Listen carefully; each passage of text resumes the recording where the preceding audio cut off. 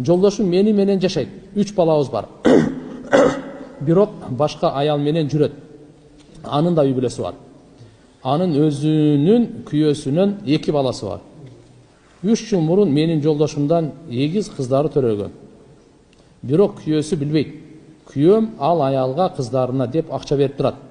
Белек бекчек берип каржылайт. Вообще токтолбой атышат. Жолдошумдун зына кылып жүргөн себебинен балдарыбызга залакасы тиеби?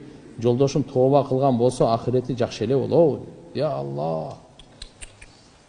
Туугандар, мусулман бир туугандар, мекендештер, жакшы угуп алайын. Акыркы күндөрү угуп атабыз, маалыматтар келип атат. Бишкекте зына көбөйдү. Жакшылык менен бүтпөйт эч качан.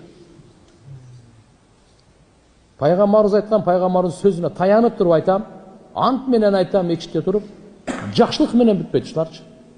Ушунча гостиницалар көбөйдү дейт. Ушундай көбөйдү, аялы үйүндө күйөөсү иштеп түштө деле, ойлойт ал түндөсү деп. Күндүзү деле зына болуп атат дейт. Же болбосо күйөөсү дагы башка жумушта, аялы башка жерде иштейт, ошол жерде чогуу иштеген бирөөсү менен дагы ушуна сүйлөшүп алган, тияк кетти, күндүзү эле зына.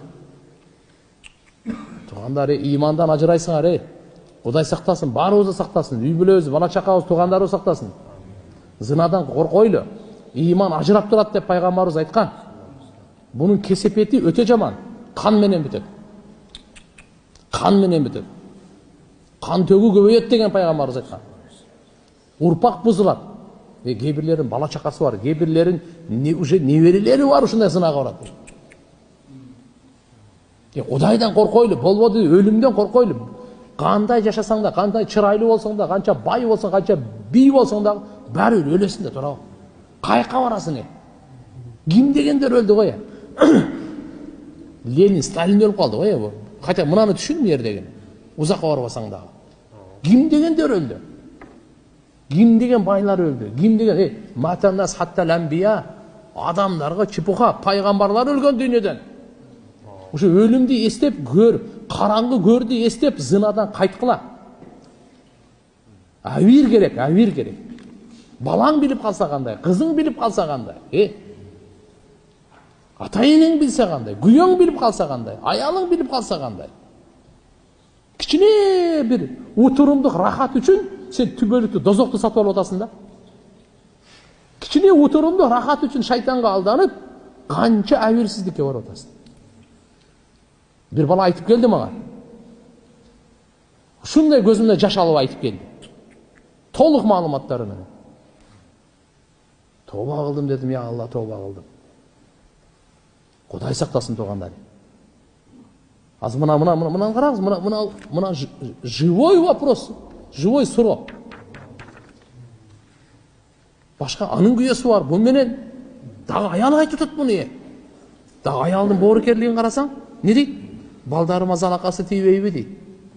Биринчи билип алган адесе буну кетирет да, тепкилейт да. Мынандай залымдар. Карагыла, залымга да ар бир күчтүн үстүнөн күчтүү бар.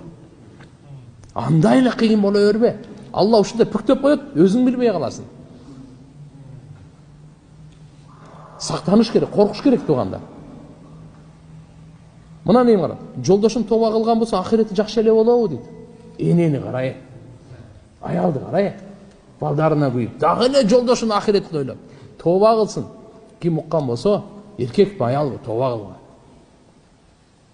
Алла Таалам берген жашоону татнака өткөрөйлү. Алла Таалам берген жолдошту, аялды, жарыңыз, жубайыңыз, кожоюнуңуз, алхамдулилля, балдар бар, неберелери бар. Кичине авир керек, бет керек, жүз керек. Айван кылбаганды кылып, андай болбойт. Пайгамбар саллаллаху алейхи ва саллям даже караңыз.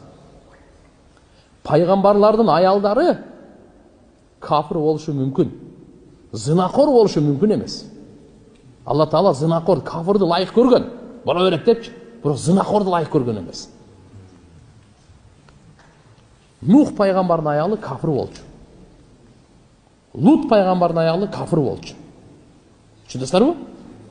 Алардын никесинде шариятта боло берет эле. Биздин шариятта болбойт. Аларда боло берет эле. Бирок бир дагы пайгамбардын аялы зынакор болгон эмес.